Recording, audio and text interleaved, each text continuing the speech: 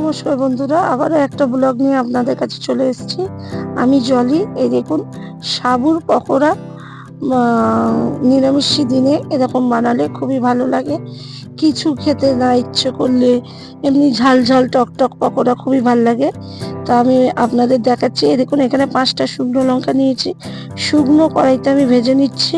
আর এখানে 1 চামচ জিরে, 1 চামচ ধনে আমি ভাজতে দিয়ে দিলাম। যতক্ষণ না একটা ভাজা থেকে একটা সুন্দর একটা গন্ধ বেরোয়, ততক্ষণ আমি হালকা আছে আস্তে করে ভেজে নিচ্ছি। শুকনো অবস্থায় দেখুন আমার ভাজা হয়ে গেছে, নামিয়ে দিয়েছি। আর এখানে 200 গ্রাম ছোট দানার সাবু আমি নিয়েছি, সেটাকে জলে ধুয়ে ভিজিয়ে নিয়েছি। আর এখানে দেখুন কাঁচা লঙ্কা, ধনে পাতা, টমেটো কুচি আর আদা কুচি আমি একটু নিয়ে নিয়েছি। এখানে নুন নিয়ে নিলাম স্বাদ মতো। আর দেখুন মশলাটাও আমি দিয়ে দিয়েছি 1 চামচ। আর এখানে আমি আমচুর পাউডার দিয়েছি 1/2 চামচ, চিলি ফ্লেক্স দিয়েছি হাফ চামচ। এখানে একটু চিনি দিয়ে দিচ্ছি, এটা চাট মশলা দিলাম 1 চামচ। আর ময়দা 2 চামচ দিচ্ছি। আর আপনি চালের গুঁড়ো 2 চামচ দিচ্ছি। আমার কাছে যেগুলো ছিল সেগুলো দিয়েই আমি আপনাদেরকে করে দেখাচ্ছি। আপনারা এতে কর্নফ্লাওয়ার দিলেও ভালো লাগে, তো আমার কাছে ছিল না, সেই জন্য আমি দিইনি। আর এখানে আমি একটা গোটা লেবুই দিচ্ছি, সেটাকে আধখানা করে। আর এখানে আমি 3টে আলু সিদ্ধ করে রেখেছিলাম। দেখুন আমি এগুলো সবগুলো মাখিয়ে নিচ্ছি। এই পকোড়াটা বাচ্চা থেকে বড় সবাই খেতে ভালোবাসে। আমি আমার পদ্ধতিতে বানিয়ে আপনাদেরকে দেখালাম, আমি আমার মতো করে। দেখুন জিনিসটা কি সুন্দর লাগছে, কালারফুল দেখতে, লাল সবুজ সাদা, খুবই সুন্দর লাগছে। আপনারাও বাড়িতে বানিয়ে খাবেন। দেখুন আমি এইভাবেই শেপ দিয়ে দিচ্ছি। ওই মাখা অবস্থাতেই আমি শেপ করে নিয়ে, আমি কোনো তেল ফেল হাতে লাগাইনি, অয়েল ফয়েল কিছু দিইনি। আমি নিয়ে একটা করে আমি বানিয়ে এর মধ্যে রেখে দিলাম। দেখুন আবারও একটা আপনাদের কাছে নিয়ে দেখাচ্ছি।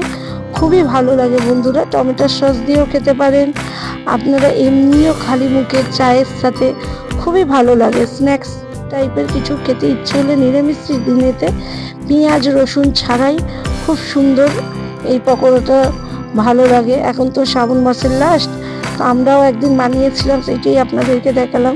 দেখুন কড়াইতে আমি সাদা তেল দিয়ে দিয়েছি। সাদা তেল গরম হয়ে যেতে আমি একটা একটা করে ছেড়ে দিচ্ছি। তো আপনারাও বাড়িতে বানাবেন, বাচ্চা বড় সবাই খেতে ভালোবাসবে এই পকোড়াটা।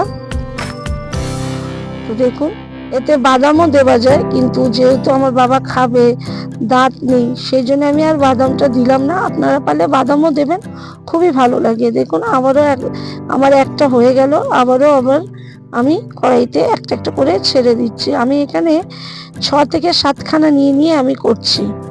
দেখুন এখানে 7খানা আছে, আমি 7খানা দিয়েছি। দেখুন এপিট ওপিট করে আমার ভাজা হয়ে গেল। দেখুন কতটা আওয়াজ, কতটা সুন্দর হয়েছে। আপনাদের যদি এই পকোড়াটা ভালো লাগে, আপনারা আমাকে লাইক করবেন, সাবস্ক্রাইবার দেবেন আর কমেন্টে জানাবেন। ফেসবুক থেকে দেখলে আপনারা কমেন্ট করে আমাকে বলবেন। আর শুভরাত্রি বন্ধুরা, আপনাদের ভালো লাগলে আমার পাশে